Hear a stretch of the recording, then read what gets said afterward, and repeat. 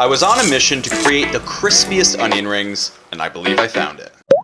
You can use a white onion, which would be totally fine. They break down a little bit easier, they get a little softer. I like a little bit of resistance when I eat the onion inside the onion rings, so I choose the Spanish onion over the white onion. Now to cut these, I would say about 1/4 inch, right about there. I'm using a serrated knife. I tend to like to use serrated knives. And try to get that as even, straight down as you can. Now when you peel the onion also, there's the paper layer, and then there's a layer underneath that, which you kind of debate in your head, should I keep that layer on or should I remove that layer? Always remove that layer, because 9 times out of 10, it's not gonna be a very pleasant layer of the onion. So now we have these rings, so we're gonna break these up. To me, this is the perfect size onion for an onion ring. I also tend to avoid these outer pieces, little ones here and there, but nothing too much.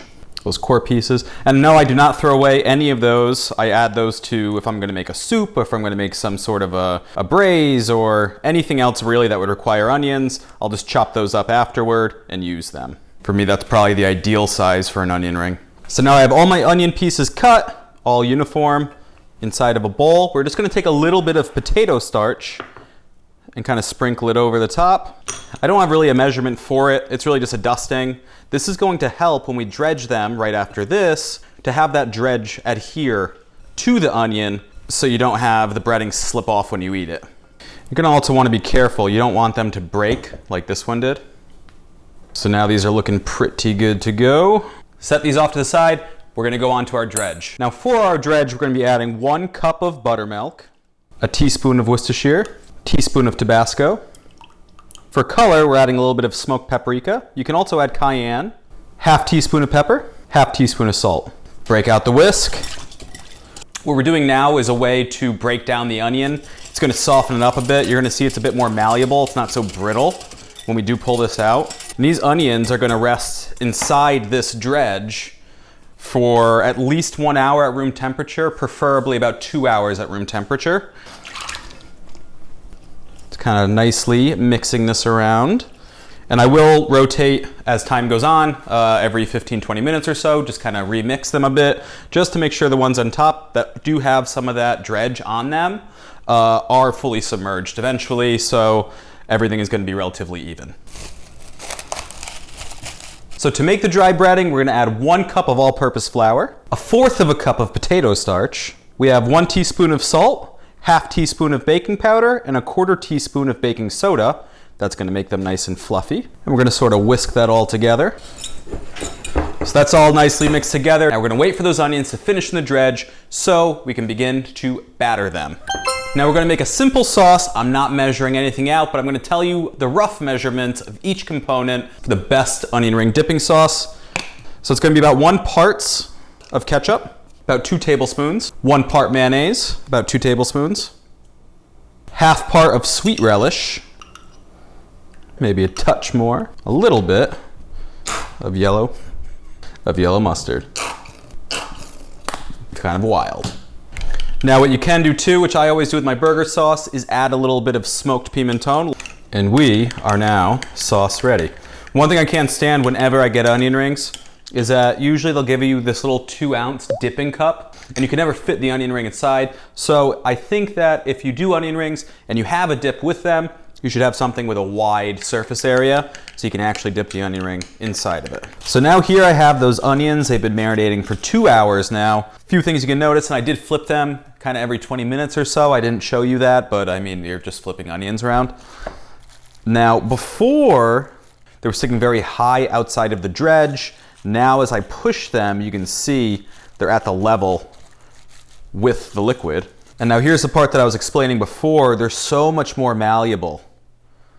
I couldn't do this before with the onion, but now I can, because we had the acid, we had the salt, and that kind of all helped break down the structure of that onion. So this is exactly what we're looking for. We're not gonna have to fry them quite as long. And really, we're just focusing on getting the batter perfect, not necessarily making sure the onion is cooked through. And this definitely helped us be able to do that. All right, so now we're on to the breading portion. Here I have my breading that we put together before. So now we're gonna slowly take some of these onions and we're gonna put them inside the flour, but we need a landing spot once they're breaded. So we're gonna use this as our landing spot. What we're gonna do is we're gonna take the onions, we're gonna put them into the flour mixture, onto this, and then the next process, and then after that, we're gonna put them back inside the dredge. So they're essentially double battered. We're gonna slowly start to take some of these, put them inside, sort of mix them about. Now don't press down too much on them. Some people like to do that because they think it's gonna make the breading a little bit better, but it kind of doesn't. The fluffiness, the max fluffiness is gonna be just by lightly going about it like so. We're gonna put them onto our sheet. Like this, kind of flip them around. I just want them to kind of organically get that flour onto the wet surface. The next breading is kind of where we get those crevices and all that iconic breading that looks like it's going to become very crispy. So the dredge we're still going to use. On to the next step. So now we have the first battering of the onions. We still have the dredge. I have about a half cup or so of breadcrumbs here. You don't need too much breadcrumb. This is just for the final sort of finale, kind of takes it home with the crispiness. Now, a lot of people today, past 15 years or so, love panko. I do ride the panko wave here and there, but I do want to keep tradition. So we're going to take these onions little bit by little bit. We're going to put them back inside this dredge. We're going to let them drain a little bit on a new sheet. They're sticky. That's actually quite a good sign. Like so. It essentially, when it was in that dredge, it really was just curing. Similar to another cure, like say smoked salmon or something, it is in a way kind of cooking it. But I'm not gonna go too heavy on that. And if I do feel like it's a little too wet on the exterior, I'm just gonna add a little bit more of that little more of the original flour bread on any of these crumbs. I just feel like it's gonna have a better batter if I don't do that. But some is definitely necessary if you want the real good crunch. So now I have that original pan. I'm just gonna leave that flour at the bottom. I'm gonna take that bit of breadcrumb. Maybe I will just add a touch more of the flour mixture back. Not too much, but a little bit. Mix these together nicely. And now we're gonna start to bread. These are looking great. The oil is already kind of preheating. I just feel like the breading kind of sticks to the actual onion a little bit nicer. So we're gonna pop these in the freezer about 15 minutes or so, and then we will begin to finally fry them. So now it's been 15 minutes. We have our oil set to 375 degrees Fahrenheit. We're gonna start to drop them in. As you can see, they're frying right away. These are gonna go back inside the freezer, and we are going to start to stir our onion rings.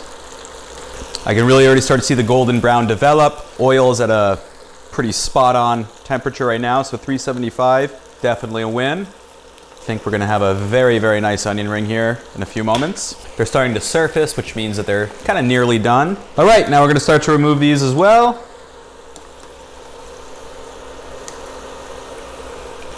This one reminds me of Burger King. All right, so that's the second round, last round. Season this batch here. Crispness test number 1. Seems promising. Ready? Ready?